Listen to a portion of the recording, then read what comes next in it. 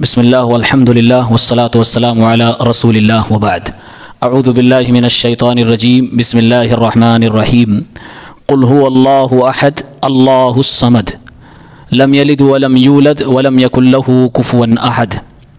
कल के दर्स में अल्लाह रब्बुल आलमीन का मुबारक नाम अहद का तज़किरा हुआ था।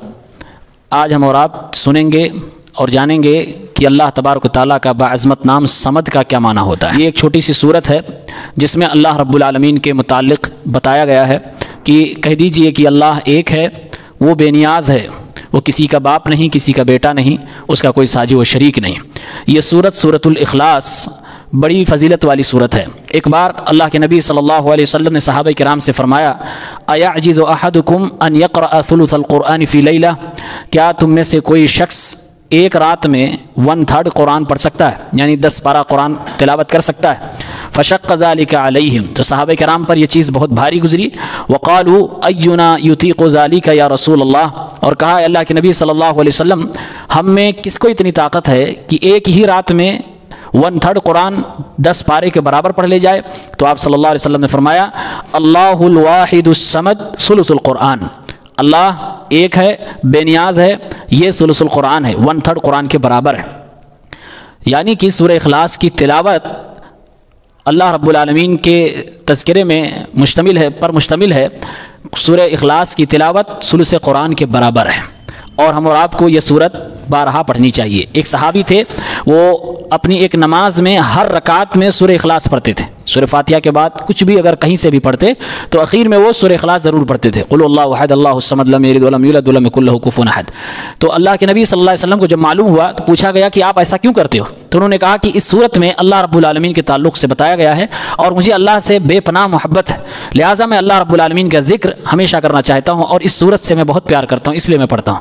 तो कहा अल्लाह के नबी सल्लल्लाहु अलैहि वसल्लम ने, जिस तरीके से तुम अल्लाह से मोहब्बत करते हो, खुशखबरी तुम्हारे लिए कि अल्लाह रब्बुल आलमीन तुमसे भी मोहब्बत करता है।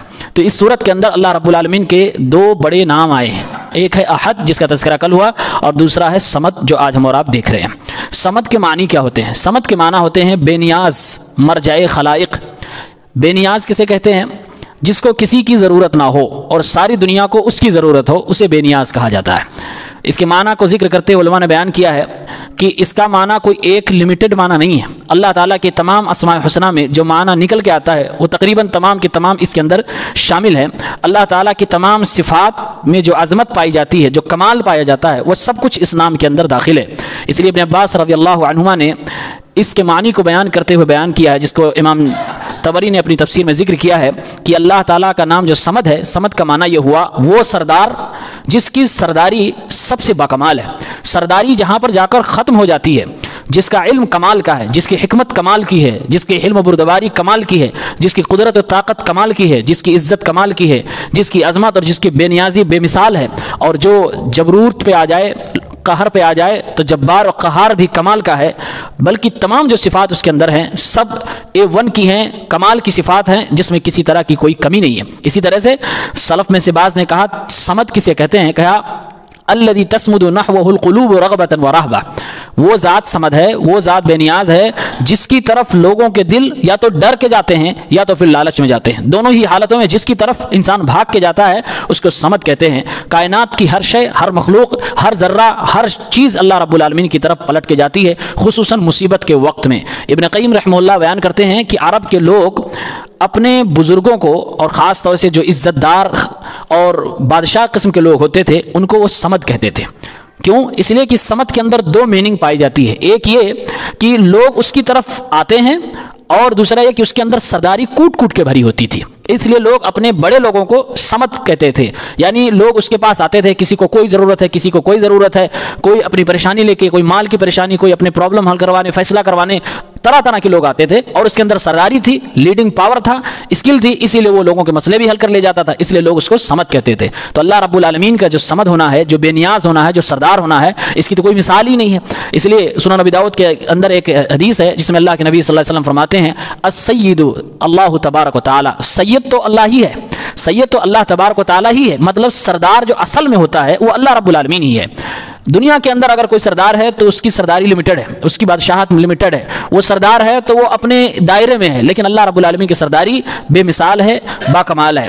کہا گیا کہ صمد کسے کہتے ہیں، ایک معنی یہ بھی بتایا گیا کہ صمد وہ ہے، یعنی اللہ تبارک و تعالیٰ کی ذات صمد ہے، مطلب اللہ رب العالمین کو نہ کھانے کی ضرورت ہے نہ پینے کی ضرورت ہے، اللہ رب العالمین انسانی ضرورتوں سے بالکل ہی پاک ہے، اس لیے اس کو صمد کہا گیا۔ ایک معنی یہ بھی بتایا گیا کہ صمد کا معنی ہوتا ہے وہ ذات جس کے اندر سے کوئی چیز نہ نکلتی ہو، چیز کا مطلب یہاں پر کہ جو اپنے اندر سے کسی کو جنتا نہ ہو، اسی لیے آگے کہا گیا لم یلد ولم یولد۔ صمد اس ذات کو کہتے ہیں جس کے اوپر کوئی نہیں ہے، وہ سب سے اوپر ہے، سب سے بلند ہے، اور صمد اس ذات کو کہتے ہیں سرداری جہاں پر آ کر ختم ہو جاتی ہے۔ یہ تمام معنی جو صمد کے بتائے گئے، جس کو اردو میں بے نیاز کہہ کے پکارا جاتا ہے، یہ تمام کے تمام معنی صحیح ہے، اور قرآن کریم میں اللہ رب العالمین نے ہمیں اور آپ کو بتایا ہے کہ جب بندے کو یہ بات معلوم ہو جائے کہ اللہ تعالیٰ صمد ہے، بے نیاز ہے، تو واجب ہے ہر انسان پر کہ وہ سوائے اللہ کے کسی اور کے در پر اپنی مشکلوں کو لے کر نہ جائے، اپنی مصیبت میں کسی اور کو نہ یاد کرے، اپنی حاجات سوائے اللہ کے کسی اور سے نہ طلب کرے، اور اپنی تمام تر عبادات سوائے اللہ کے کسی اور کے لیے نہ بجا لائے۔ قرآن کریم میں فرمایا گیا امن یجیب المضطر اذا دعاہ ویکشف السوء، کون ہے جو مشکل میں پڑے ہوئے لوگوں کو جواب دیتا ہے اور ان کی برائیوں کو، ان کی تکلیفوں کو، مشکلوں کو دور کرتا ہے، وَيَجْعَلُكُمْ خُلَفَاءَ الْأَرْضِ، اور تمہیں زمین کا خلیفہ بناتا ہے، أَإِلَٰهٌ مَّعَ اللَّهِ، کیا اللہ کے علاوہ یا اللہ کے ساتھ بھی کوئی معبود ہے؟ قَلِيلًا مَّا تَذَكَّرُونَ، بہت کم ہے کہ جو تم سمجھتے ہو اور نصیحت حاصل کرتے ہو۔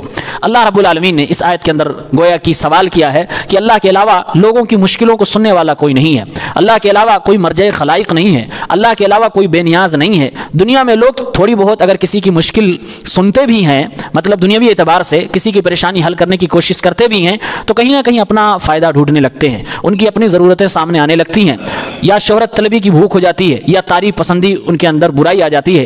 اللہ تعالیٰ ان تمام چیزوں سے پاک ہے، نہ اسے کھانے کی ضرورت ہے نہ پینے کی ضرورت ہے۔ اللہ رب العالمین بس کہتا ہے میرے بندو میرا شکر بجا لاؤ، اور اللہ کی حمد و ثنا و تعریف کرنا یہ اللہ کے شکر میں سے ہے۔ لہٰذا ہمیں اور آپ کو اپنی تمام در مصیبتوں میں اسی صمد کے در پہ جانا چاہیے، اسی سے اپنی مشکلیں اور حاجات کو طلب کرنا چاہیے۔ اگر ہم سورہ اخلاص پڑھتے ہیں تو اس کے معنی کو بھی جانیں، اللہ ایک ہے تو اس کے علاوہ کوئی عبادت کے لائق نہیں، اور اللہ صمد ہے، بے نیاز ہے، تو اس کے علاوہ کسی اور سے ہمیں اپنی مصیبتوں میں لو بھی نہیں لگانی چاہیے، امید بھی نہیں لگانی چاہیے۔ یہی اس صورت کا پیغام ہے۔ اللہ تعالیٰ نے اسی لیے آخر میں کہا وَلَمْ يَكُنْ لَهُ كُفُوًا أَحَدٌ، اللہ تعالیٰ کے برابر، اللہ کے ساجی و شریک کوئی نہیں ہے۔ لہٰذا اللہ سردار ہے، مالک الملک ہے، بادشاہوں کا بادشاہ ہے، اس کی قدرت میں، اس کی طاقت میں سب کچھ ہے، ہر مشکل کا حل وہ جانتا ہے اور وہ کر سکتا ہے، دے سکتا ہے۔ صمد ماننے کا مطلب یہ ہوا کہ انسان اللہ رب العالمین سے ہی اپنی مشکلوں میں تعلق بنائے اور اس سے دعا کرے، ضرور اللہ تعالیٰ اس کی مشکلوں کو ختم فرمائے گا۔ اسی صمد سے کچھ لوگوں نے اپنا نام رکھا ہے عبد الصمد، یعنی صمد اللہ تبارک و تعالیٰ کا بندہ۔ یہ نام بھی بڑا پیارا ہے۔